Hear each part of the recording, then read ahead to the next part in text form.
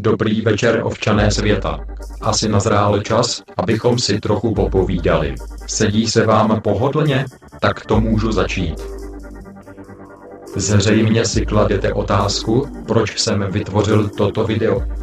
Víte, nejsem docela spokojen s tím, jak si poslední dobou vedete.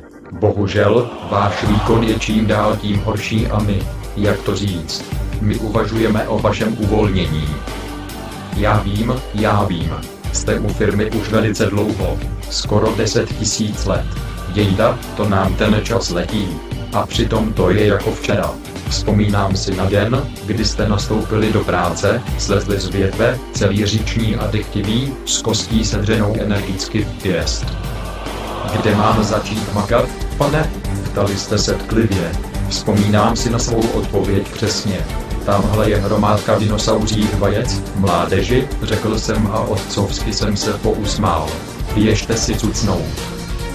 Ano, od té doby jsme urazili pěkný kus cesty, že? Jistě, máte pravdu, za celou tu dobu jste nezameškali jediný den. Výtečně, vy dobří a věrní služebníci.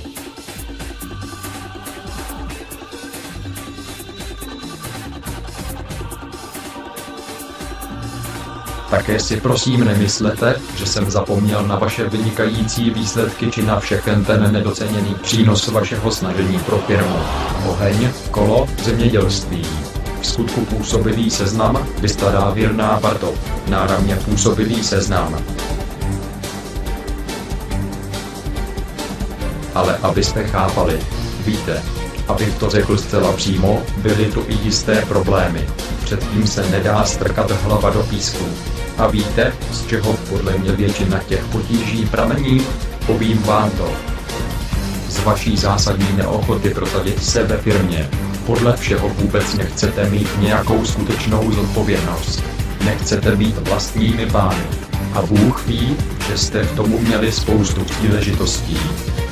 Každou chvíli jsme vám nabízeli povýšení. Ale vy jste nás pokaždé odmítli. Šéfe, takovou práci bych asi nezvládl. Kňourali jste. Vím, kde je moje místo. Pravda je ovšem taková, že se dost nesnažíte. Co?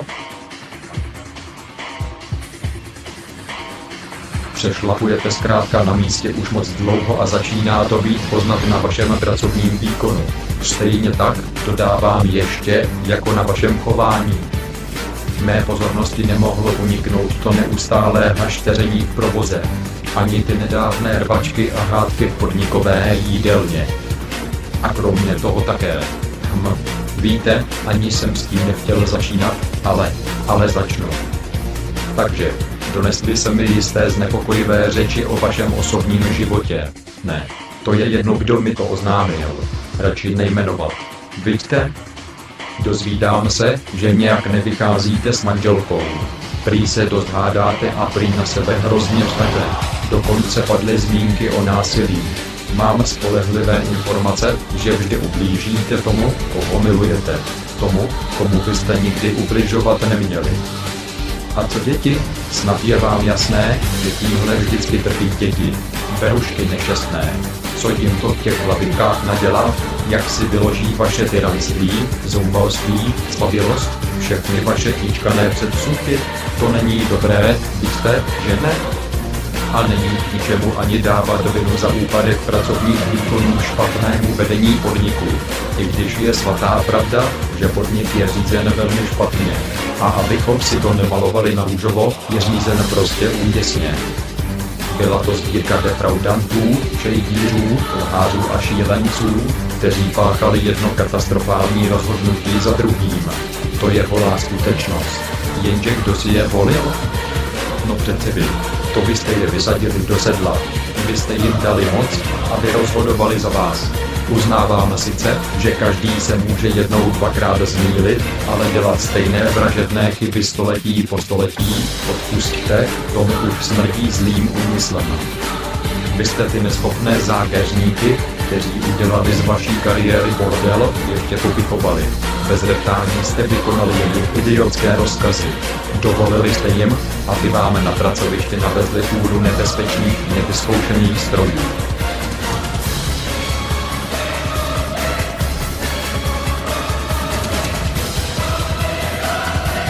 A přitom jste je mohli zastavit. Úplně by stačilo říct. Ne. Neměli jste dost hrdosti, dost sebeúcty. Už nejste pro firmu přínosem. I přesto budu velkomyslný. Dávám vám čas do konce roku. Pokud mi ale ani za tu dobu nepředvedete, že jste se v práci výrazně zlepšili, máte padáka.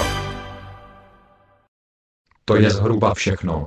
Můžete se vrátit k práci.